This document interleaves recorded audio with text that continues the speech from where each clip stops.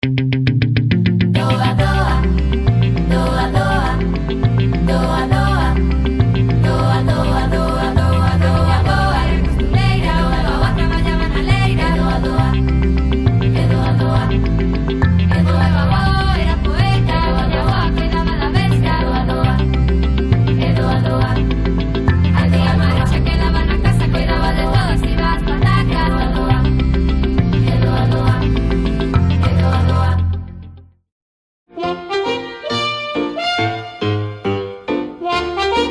Cantos soños de prosperidade teimosamente perseguidos e traballados moveron as rodas do tempo para chegar todos a onde hoxe chegamos. Partir de nada ou de moi pouco, encalecendo as mans e debullando os miolos, era o escarpado camiño que cumpría recorrer doa a doa para alcanzar a prosperidade. A andaina levou o seu tempo, unha vida enteira ou 2 xeracións. Pero cantos deses soños por fin realizados soportan hoxe o que demos en chamar o progreso. Agora moitos poderán comezar a súa viaxe partindo de soños cumpridos. No 40 pasuse moita fame.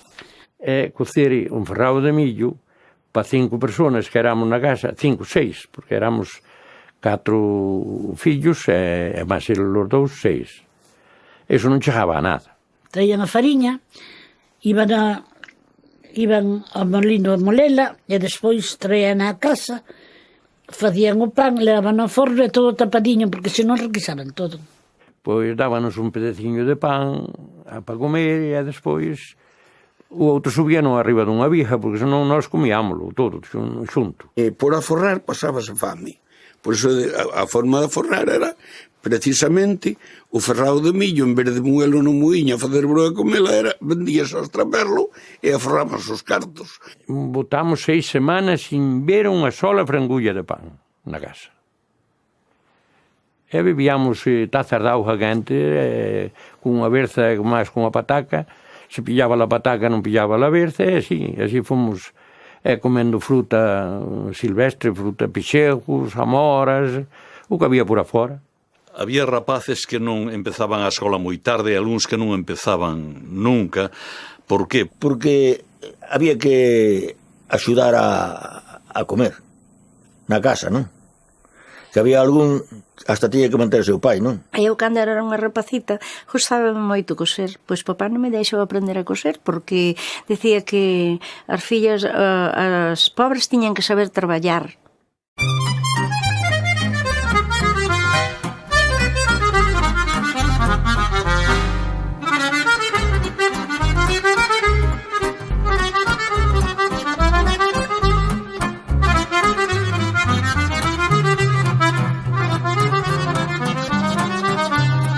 Eu me recordo que viña xente cos cartos na man, por favor que lle venderan, que se decía un ferrado de millo, non? Que eran sobre 20 kilos, máis ou menos, non me recordo agora exacto. Pero cos cartos na man, que por certo moi caro daquela, porque non tiñan que darlle de comer aos fillos, era moi negro. Traballando todo no campo, non había un peso para tanta xente.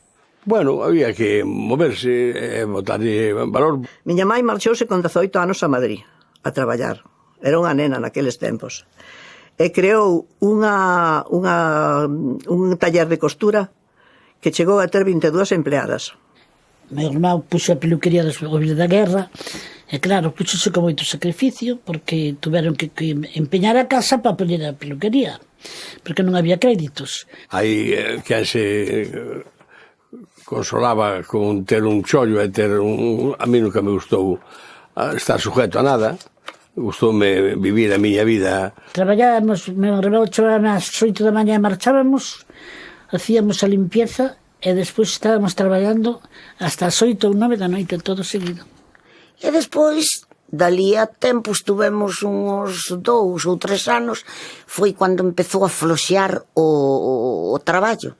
Doa, doa, doa, doa, doa, doa, doa, doa, doa, doa, doa, doa, era costureira, doa, traballaba na leira, doa, doa, e doa, doa.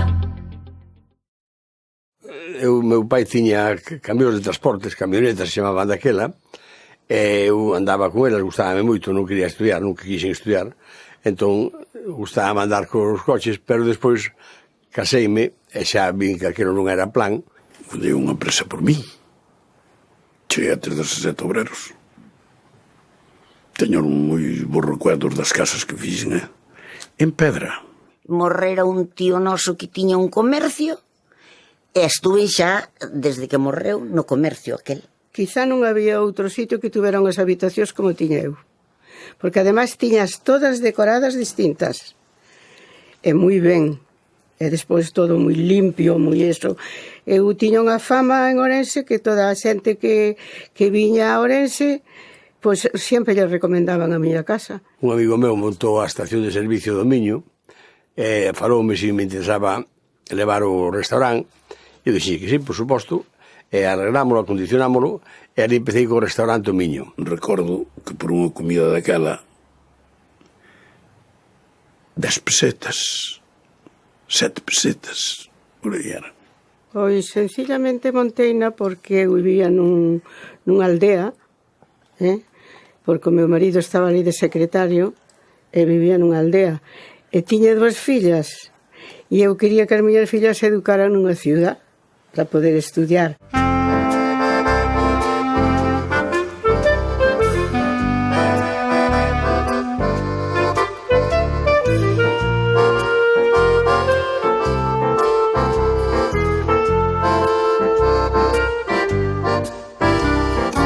Díxolle a miña señora, a filla, que viña sendo del, díxolle, bueno, logo, o traballo que eu veño facer aquí non vale máis co feixe das fabas. Díxolle o patrón, o pai. Dixo, se ves para cobrar, espera que te eu chame. Entonces, foi cando eu dixen, hai que cortar con eso. Se quere traballar, que traballe el, pero nós vamos a intentar traballar para nós. Cando empecé, pois traballei como aprendizaje, despois como obrero, e despois me establecí. Traballaba moitas horas para quitar un sueldo pequeno. Cheguei a cebar polos, tamén tiñamos unha casa bella, e nas habitacións que tiña, pois cebábamos polos. Era a base de moitas horas, porque era artesano, levaba moitísimo tempo, non se cobraba o tempo que se empleaba traballando. Tiñamos camións, tiñamos, pois despois xa compramos outros camións. Sí, eu estuve empleado, sí. En tiempos de que estaba iso bastante acción, tiña empleados. Un camión comprou un motor que fora a Portugal, daquel entonces. E fixo el... E despois xa compramos outros máis. Tiñamos chóferes, e eu estaba en Viana no comercio. Doa, doa, doa, doa, doa, doa, doa, doa, costureira, doa, traballaba na leira, doa, doa, doa, doa. No, había gente que tenía mucho dinero, sí, ya de aquella, como supongo que hay ahora también, ¿no? Xente que destacou nos negocios, en comercios moi importantes. Generalmente eran los conserveros, las conservas estaban en auge, ¿no? Entonces estaba Masó, Curbera, todas esas que ahora están un poco en decadencia, quizá, ¿no? Vieran de Cataluña a facer a mili aquí, os dueños. Entonces empezaron a montar unha fábrica de ratancias pequena e foi ampliando o seu negocio, foi ampliando o seu negocio. Despois era unha fábrica de moita importancia a nivel de España. Poñían empresas innovadoras, como, por exemplo, de piensos, como, por exemplo, de ganadería, de cousas polo estilo. A xente chamáballes a atención, que dicía, mira, fulanito de tal, que saliu de Cospeito, que non valía para nada, e mira que negocio fixo aí. Habían dado mucho trabajo a la gente y luego se hicieron ricos. Esos eran los que tenían empuje. Eu ainda me acordo da Gran Bretaña. A Gran Bretaña era un comercio de ferretería e de moitas cousas. Tiña ferretería, vendía roupa, vendía moitas cousas. Tamén a Asturiana. A Asturiana tamén era eran xente emprendedora, que despois, mira que cousas máis curiosas, fracasaron máis tarde. Hoxe en día desapareceron esos comercios.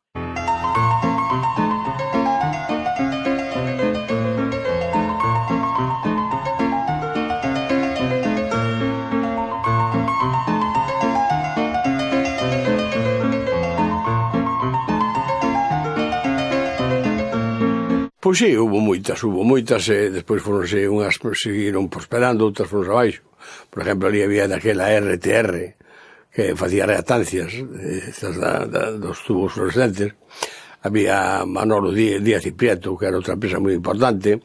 Había moitas empresas moi boas, que pasa que non sei que pasou, que se foron abaixo e non subsistiron, pero había empresas moi fortes. Fomos salindo, gracias a Dios, pa diante.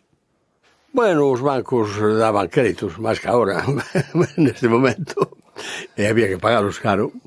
Os intereses tamén eran altos, xa para aquel eran altos, pero bueno. Non pedimos crédito, Nos co traballiño, como el iba tamén co camión que levaba pros economatos e vos almacenes, xa o conocían, pois sempre lle daban moitas facilidades. Tamén se traballando, o personal non cobraba moito tampouco, e nós traballábamos como dous máis, a miña muller e eu, e meus irmãos, traballábamos como se fóramos empleados todos. E nós, como íbamos arreglando as cousas, bueno, pois mira. E digo sempre, nunca se sabe de máis. Hai que aprender a facer de todo. Porque un ten que andar polo mundo e non sabes sempre a donde vas a parar a traballar. E as cousas cando non é mellor, como dicía outro, cerrar e acabouse.